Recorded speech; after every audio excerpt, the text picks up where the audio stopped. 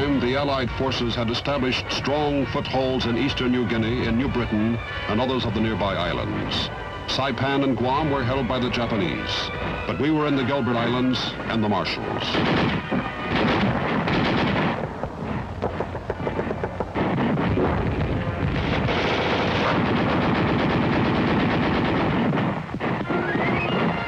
We had hacked out strong bases from which we intended to attack the very numerous Japanese Army, Navy, and air bases in the Philippines.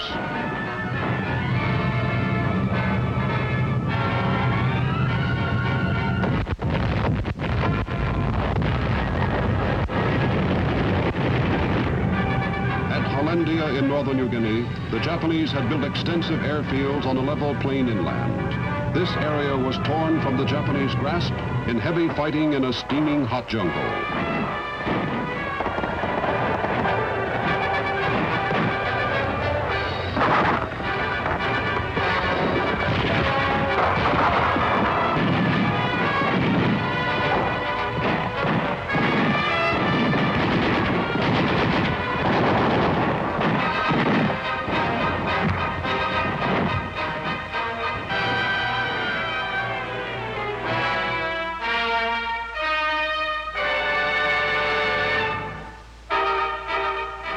From New Guinea, the 8th Army commanded some 200,000 men, strung out before the big jump-off over about 1,200 miles of jungle and desolate islands. A firm military springboard was established for a return to the Philippines.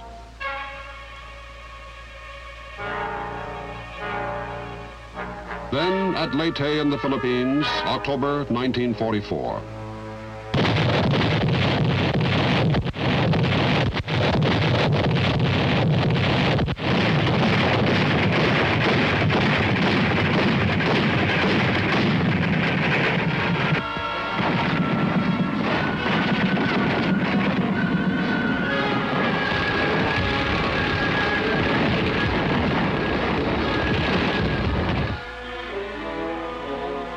The 8th Army assumed command in the Leyte area late in the year.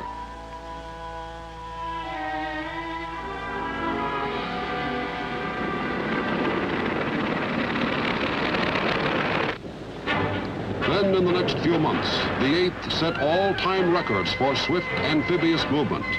There were 52 D-days. For a month and a half, there was a landing somewhere on an average of one every 36 hours.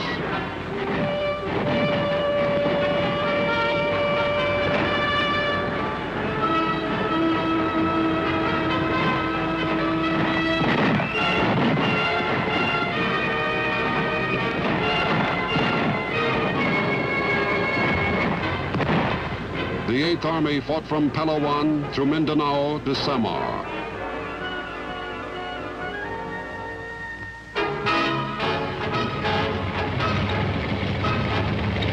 And especially, it fought for Manila.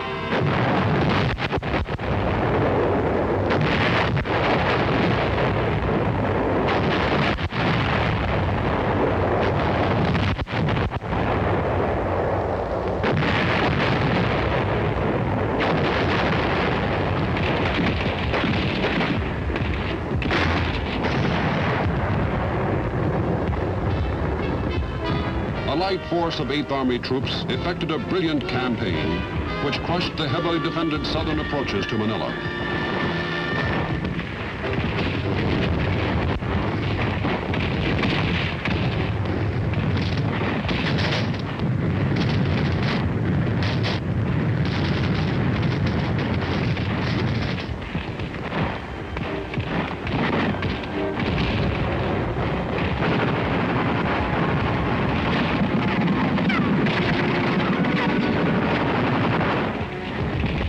Our casualties and those of the enemy were very high. Manila was a symbol of victory, but in the north there were thousands upon thousands of well-organized, dangerous Japanese.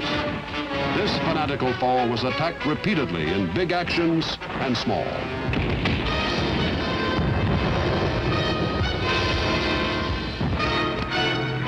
As the 8th Army prepared for an all-out attack on Tokyo and Yokohama, the Japanese surrendered.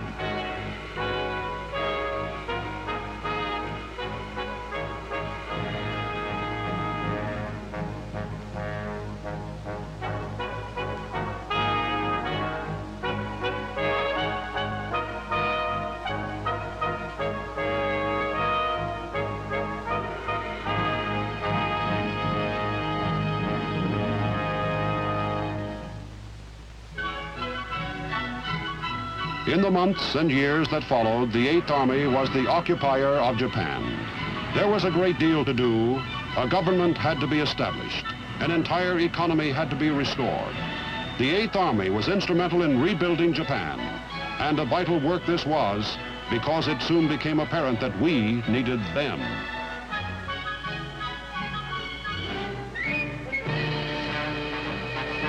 After we won the battle against the Axis powers, we soon found that one of our former allies, Russia, was expanding, aggressive, and dangerous.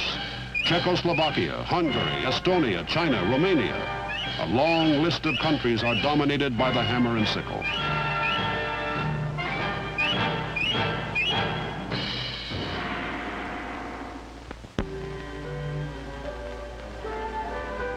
In Korea in 1950, the communists saw a big opportunity.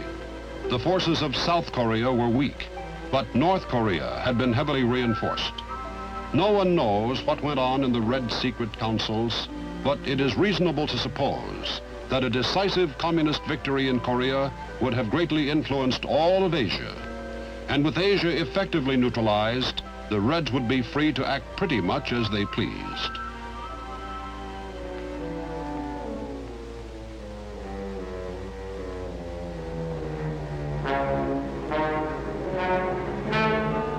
The communists could then turn the full strength of their enormous military resources against Europe and America. That is why suddenly on June 25, 1950, a new hell broke loose.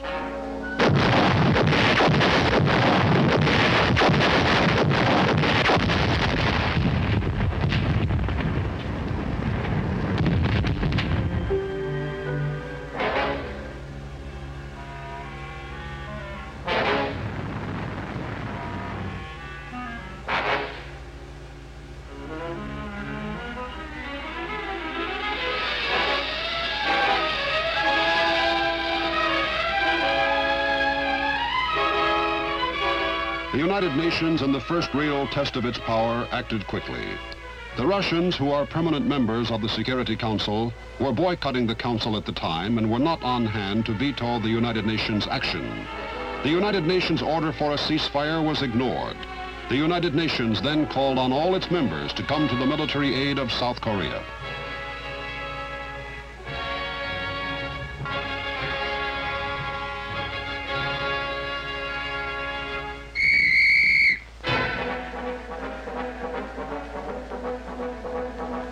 Our soldiers in Japan were mostly new recruits to the Eighth Army, from which the veterans had long since gone. The communists' attack was sudden and well prepared. Our Eighth Army was a long way away, dispersed at camps and at garrison headquarters throughout Japan. But as quickly as possible, these men were poured into South Korea.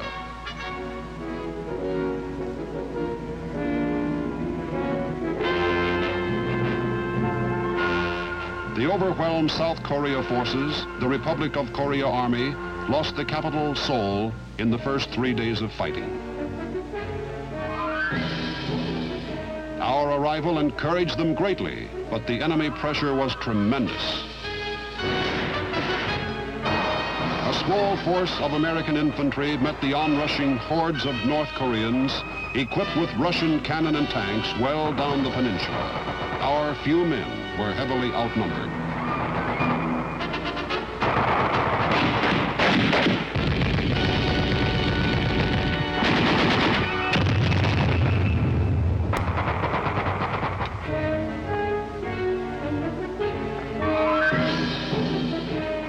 We fell back on Taiwan.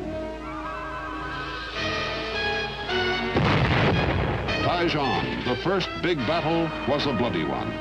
Many of our inadequate forces were killed or captured.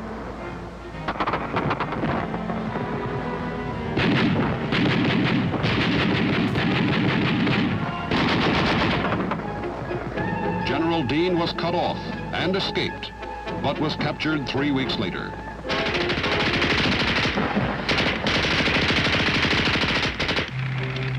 Taiwan fell to the communists. We consolidated further down the peninsula around the big port of Busan.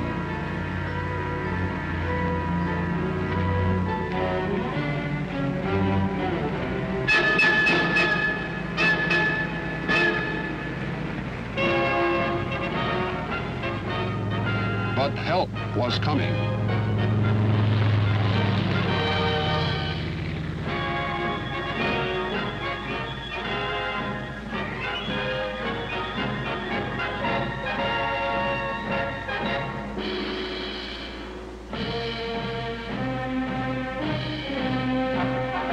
As men and materials poured ashore, the 8th Army threw a big 200-mile loop around the beachhead.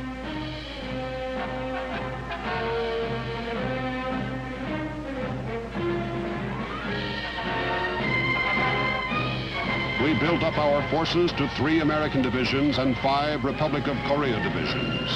At this time, we had few tanks and no heavy artillery.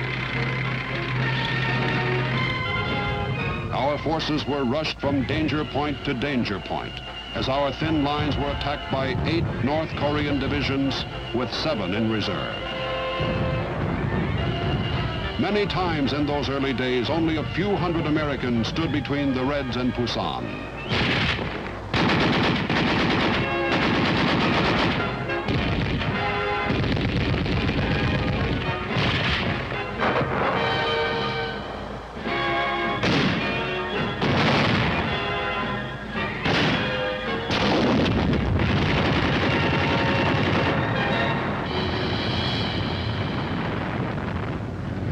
But the furious American efforts of that hot summer paid off. The casualties of the attacking North Koreans were enormous. The beachhead held.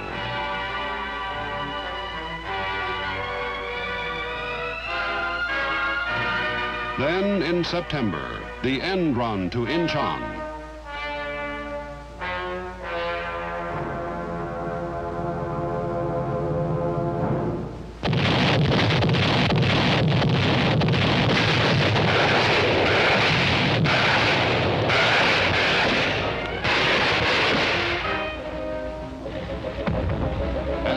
Army hit hard from the south, a new force of Marines and infantry from Japan slammed into the middle of the peninsula.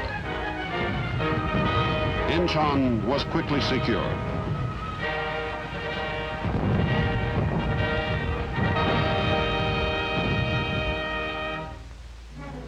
And our forces fanned out towards the airfields and Seoul.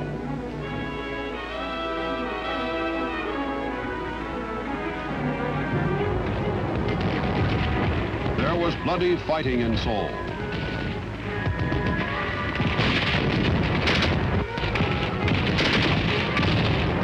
The capital came back into our hands just 3 months after it had fallen to the North Koreans. Down south, the 8th Army roared out of the Pusan beachhead and took off after the running North Korean divisions.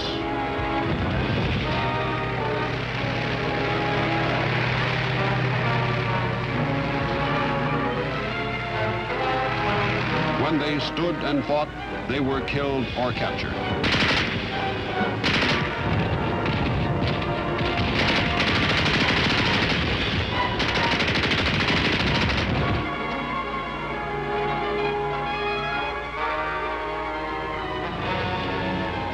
The 8th Army's 1st Cavalry Division Tank Infantry Task Force went 105 miles in 3 days.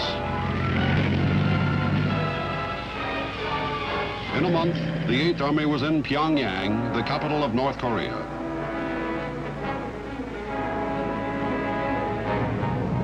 North of Pyongyang, the 8th Army dropped 4,000 paratroopers in an effort to cut off the communist leaders.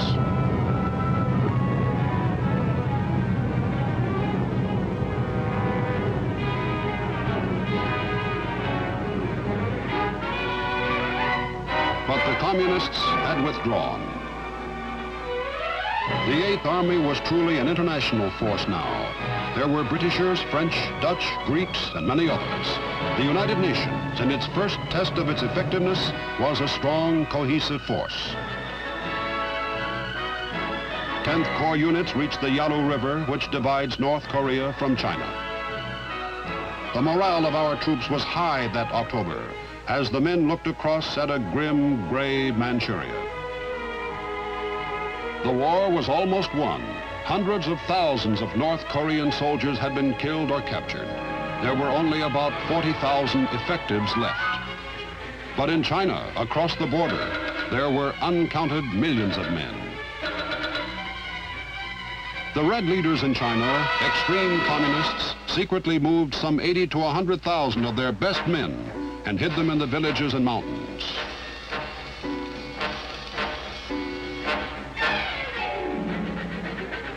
They attacked on October 14, 1950.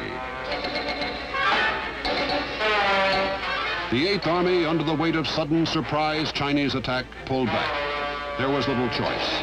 The Chinese poured hundreds of thousands of Russian-equipped men into Korea, fresh young troops with a secure base across the border. The 8th Army fell back a long way that bleak winter. Up in the northeast, Marines of the 10th Corps made their famous withdrawal in the face of an enormous enemy and in below-zero cold to the seacoast and escaped.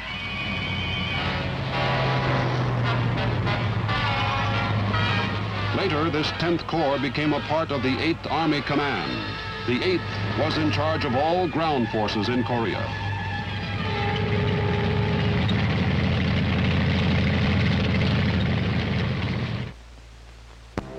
Then the 8th lost its field commander, Lieutenant General Walker, a tough tactician in the Patton tradition.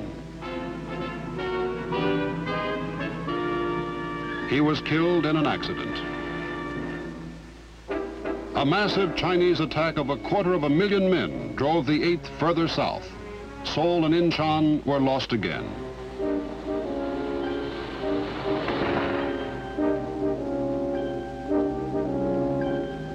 Matthew Ridgway, a brilliant strategist, became commanding general in this grave and dangerous hour. His plan of operation was a simple one. Use our now greater firepower to destroy the communist force as rapidly as possible.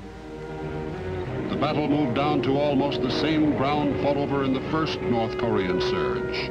There, the 8th held and effectively fought back.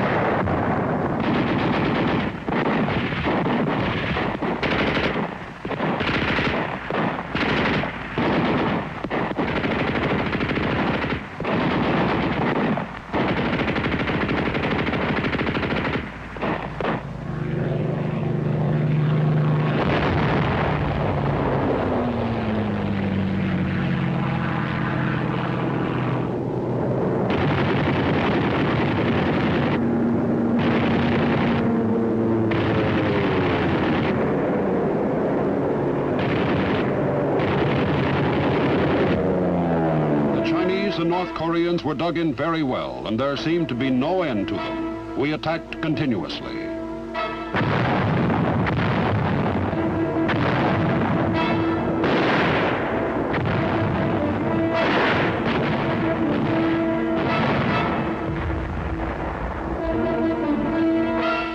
When they could cut off one of our groups, they attacked us.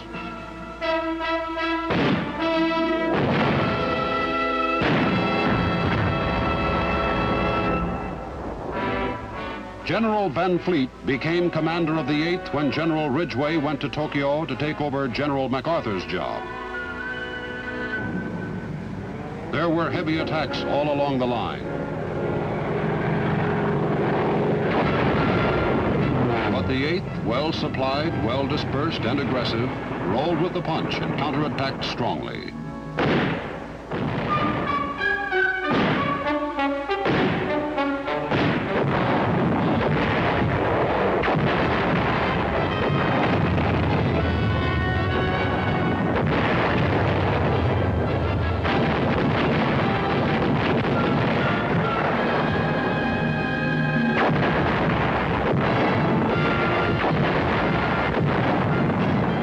The Chinese power was gone. They knew it.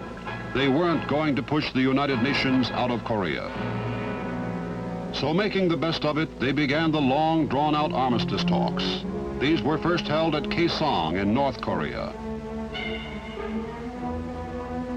and later at Panmunjom.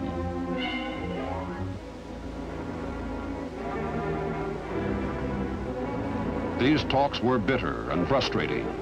Wear the UN down were the tactics now. Wear them out. Fight with words. Delay. Stall. While the talks wore on, there was hard fighting north of the old border where we had stabilized a strong line.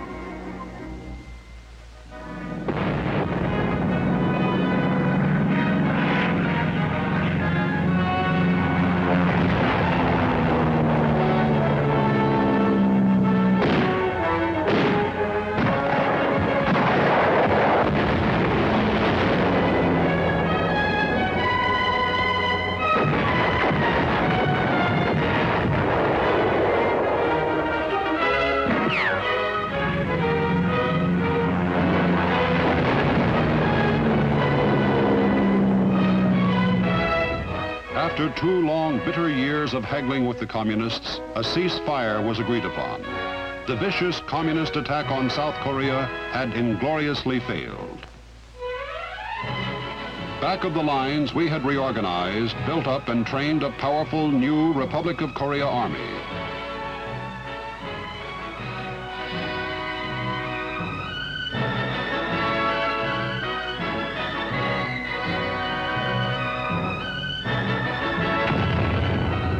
This army, under the supervision of veterans of the fighting against the North Koreans and Chinese, is American trained, American equipped, and American supported.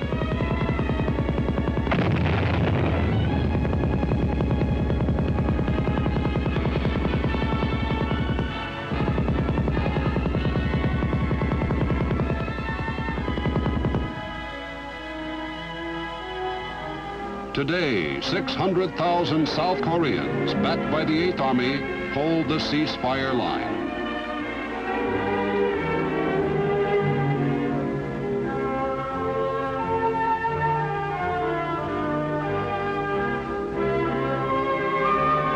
History will record that the 8th Army, representing the United Nations, had done the job it was asked to do.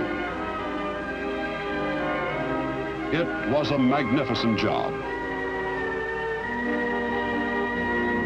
To this day, the communists have not attempted to force their will on the free world by means of a massive military attack.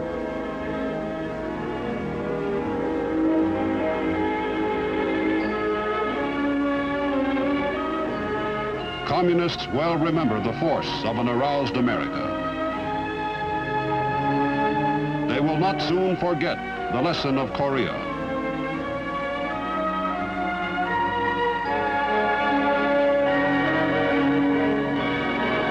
They will not soon forget the 8th United States Army.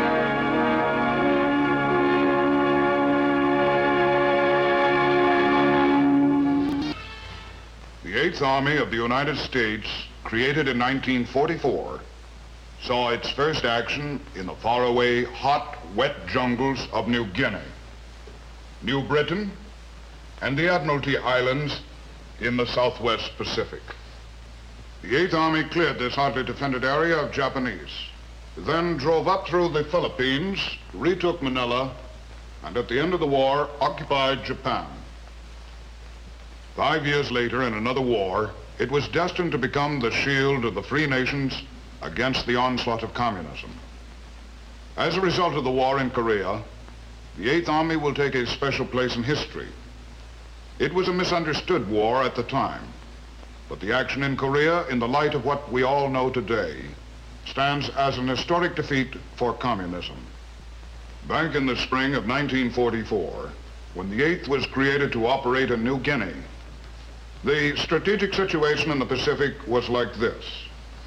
The Japanese then held the Philippines, Burma, Indochina, the Malay Peninsula and Singapore, and the East Indies. In Manchuria, China, and in Korea, the Japanese had dominated for years.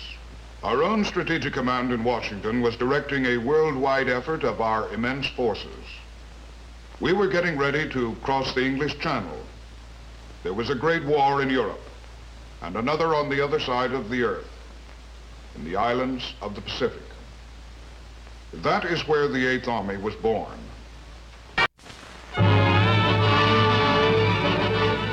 An army is known by its leaders.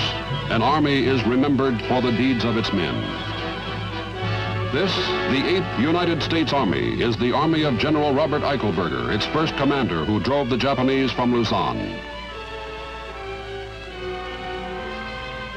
Of Walton H. Walker, 8th Army commander, killed in a Jeep accident in Korea. Of Matthew Ridgway, who would become Chief of Staff of the United States Army. Of James Van Fleet, author of Final Victory in Korea. Of Maxwell Taylor, strategist and diplomat.